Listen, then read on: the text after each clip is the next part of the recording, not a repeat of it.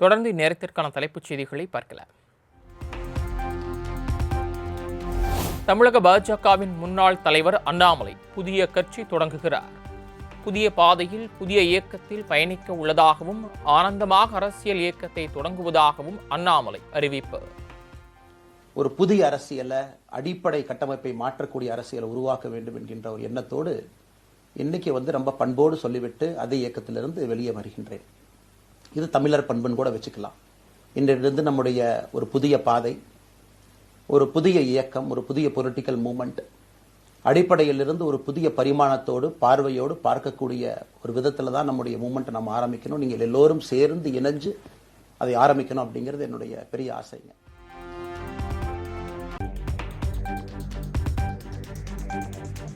தமிழகத்தில் நடக்கும் அடுத்த தேர்தலில் நிச்சயம் போட்டியிடுவோம் என அண்ணாமலை அறிவிப்பு.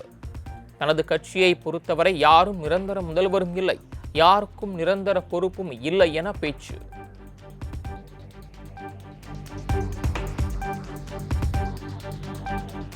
இதுவரை வந்த பாதையிலிருந்து கொஞ்சம் மாறுபட்ட பாதையில் பயணிக்க உள்ளதாக அண்ணாமலை கருத்து. தமிழகத்தின் நலனை முன்னிறுத்தும் இயக்கமாக நம் இயக்கம் செயல்படும் என்றும் விளக்கம்.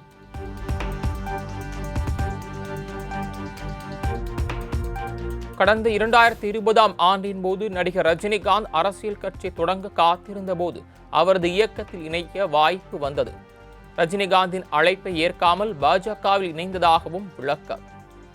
ஒரு நாள் இந்த கட்சியில் இணைவதற்கு முன்பாகவே முழு கான்ஃபிளிக்ட். அன்னைக்கே ரஜினிகாந்த் ஐயா பேசி அந்த போன் காலுக்கு முதல் முறையாக மறுத்து, ஐயா மன்னிச்சுக்கங்க, என்னால் வர முடியாது என்று சொல்லி பாரதிய ஜனதா கட்சியில் அடுத்த நாள் இணைத்துக் கொண்டேன். அதன் பிறகு சூப்பர் ஸ்டார் அவங்களை பார்த்து மன்னிப்பு கேட்டேன். அவரும் பெருந்தன்மையாக அவருடைய அரசியல் பாதையை அவரும் பெருந்தன்மையாக அடுத்து தீர்மானித்தார்.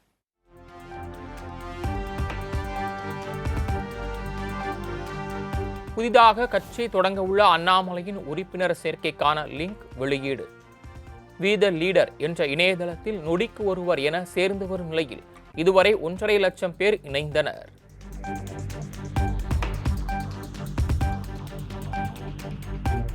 தமிழக பாஜக முன்னாள் தலைவர் அண்ணாமலையின் ராஜினாமா கடிதத்தை ஏற்றார் பாஜக தேசிய தலைவர் நிதின் நபீன். பிரதமர் மோடி, மத்திய உள்துறை அமைச்சர் அமித்ஷா ஆகியோரை சந்தித்து பாஜகவில் இருந்து விலகுவதாக அறிவித்த நிலையில் ராஜினாமா ஏற்பு.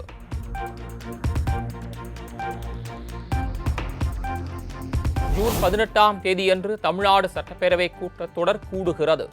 காலை 10 மணிக்கு தொடங்கும் சட்டப்பேரவையில் பொறுப்பு ஆளுநர் அருளேகர் உரையாற்றுவார் என சபாநாயகர் JCD பிரபாகர் அறிவிப்பு.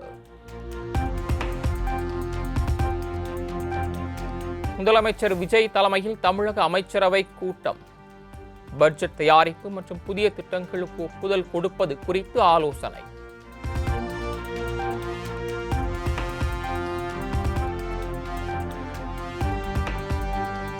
அமைச்சர்கள் யாரும் தவறு செய்ய வேண்டாம், மீறினால் உடனுக்குடன் கடுமையான நடவடிக்கை மேற்கொள்ளப்படும் என முதலமைச்சர் விஜய் வார்னிங். தங்களுக்கு கீழ் பணியாற்றக்கூடியவர்களும் தவறு செய்யாத வகையில் பார்த்துக் கொள்ள வேண்டும் எனவும் அமைச்சர்களுக்கு அறிவுறுத்தல். அமைச்சர்கள் துறை ரீதியாக மக்கள் நலன் சார்ந்த திட்டங்களை விரைந்து செயல்படுத்த நடவடிக்கை எடுக்க வேண்டும். தமிழக அமைச்சரவை கூட்டத்தில் முதலமைச்சர் விஜய் அறிவுறுத்தல்.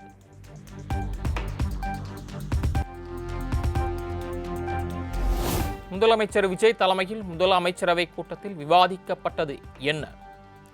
சட்டம் மற்றும் மின்சாரத்துறை அமைச்சர் நிர்மல்குமார் விளக்கம்.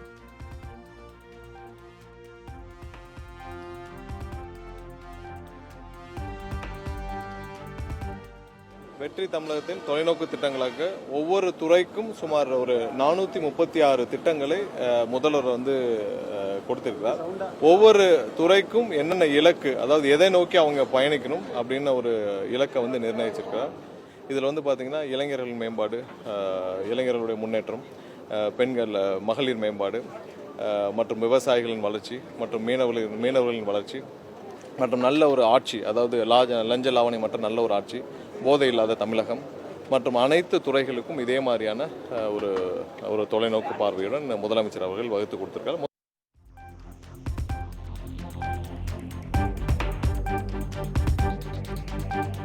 தமிழக முதலமைச்சர் விஜய் நரம்பு புடைக்க பேசுவது ஏற்புடையதல்ல என பாஜக மாநில தலைவர் நயினார் நாகேந்திரன் விமர்சனம். அல்லு சில்லு என்றும் வாயில் வந்துவிடும் என்றும் முதலமைச்சர் விஜய் பேசியிருப்பது கண்டிக்கத்தக்கது என காட்டம். நிறைகளை சொல்லலாம். ஆனால் ஒரு முதலமைச்சர் என்பவர் சினிமாவில் நடிப்பது போல திருச்சியில் போய் நன்றி சொல்லக்கூடிய கூட்டத்தில் நரம்பு புடைக்க பேசுகிறார். இது சினிமா கட்சி வசனமாக நடக்குது தமிழ்நாட்டில். நரம்பு புடைக்க வேண்டிய அவசியம் இல்லை, ஏன் வாயில் வந்துடும் அப்படிங்கிறார். ஒரு நடிகராக இருந்து எந்த வசனமும் பேசலாம், முதலமைச்சராக இருந்து எங்கள் வாயில் வந்துடும் அப்படின்னா வாயில் என்ன வரும்? இதெல்லாம் ஒரு முதலமைச்சர் பேசக்கூடிய பேச்சா? மெச்சூரிட்டியாக பேசக்கூடிய பேச்சா இது? இதெல்லாம் கண்டிக்க தகுந்தது.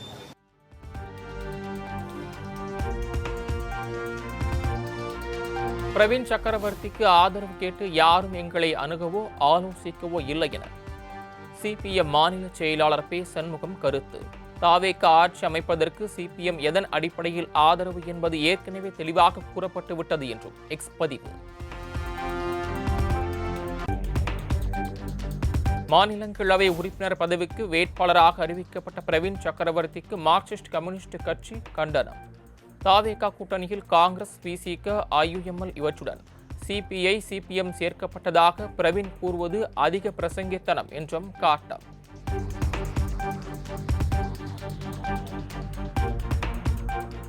நோட்டீஸ் போர்டில் கல்வி கட்டண விவரங்களை வெளியிடுவதை எதிர்த்த வழக்கு.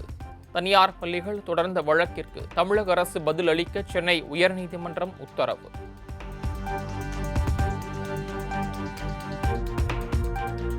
டாஸ்மாக் முறைகேடு விவகாரம் குறித்து அமலாக்கத்துறை சோதனை நடத்திய விவகாரம். அமலாக்கத்துறை மேல்முறையீட்டு தீர்ப்பாயத்தை அணுக திரைப்பட தயாரிப்பாளர் ஆகாஷ் பாஸ்கரனுக்கு சென்னை உயர்நீதிமன்றம் உத்தரவு.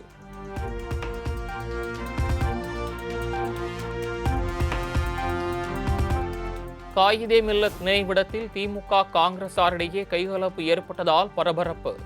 காங்கிரஸ் மாநில தலைவர் செல்வ பெருந்தகையை துரோகி துரோகி என கூறி திமுகவினர் முழக்கமிட்டதால் வார்த்தை மோதல்.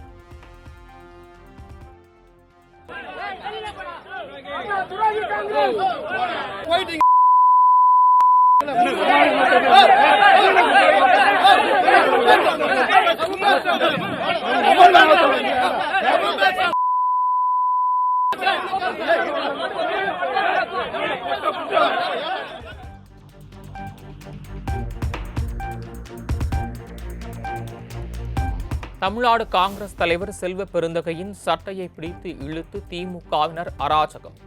காயிதே மில்லத் பிறந்த நாள் விழா நிகழ்ச்சியில் திமுகவினர் அடாவடித்தனம்.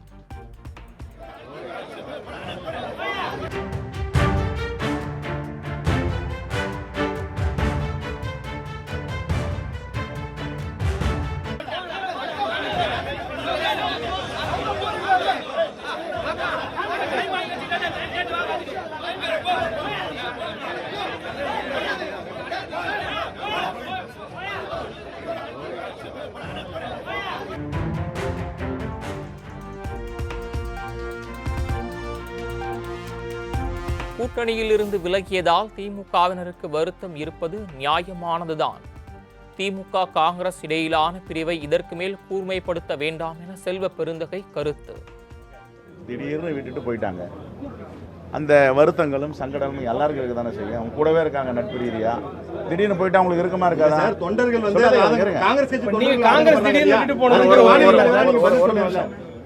விட்டுட்டு போன வருத்தங்கள் இருக்கும், சங்கடங்கள் இருக்கும். இது செட்டில் ஆகும். அதனால இதை கூர்மைப்படுத்த வேணான்றதான் என்னுடைய வேண்டுகோள்.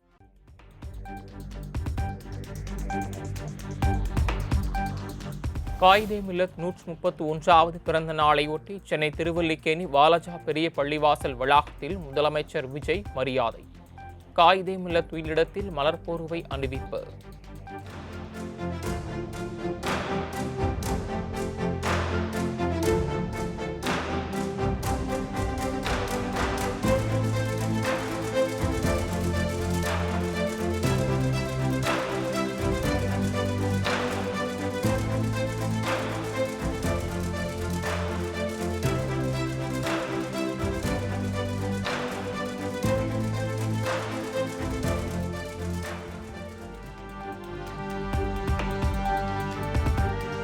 காயிதே மில்லத்தின் 131வது பிறந்த நாளை முன்னிட்டு திமுக தலைவர் மு.க. ஸ்டாலின் மரியாதை.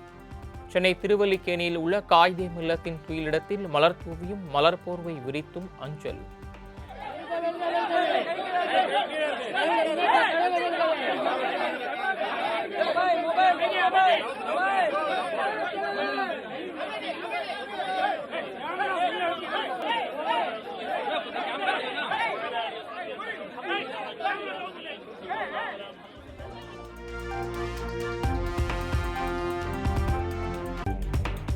தேர்தல் அரசியலை கடந்து உருவான உறவின் உரிமையோடு இஸ்லாமிய பெருமக்களுக்கு துணை நிற்போம். தமிழ் ஆட்சி மொழியாக வேண்டுமென அரசியல் நிர்ணய சபையில் முழங்கியவர் காயிதே மில்லத் என திமுக தலைவர் மு.க. ஸ்டாலின் எக்ஸ் பதிவு.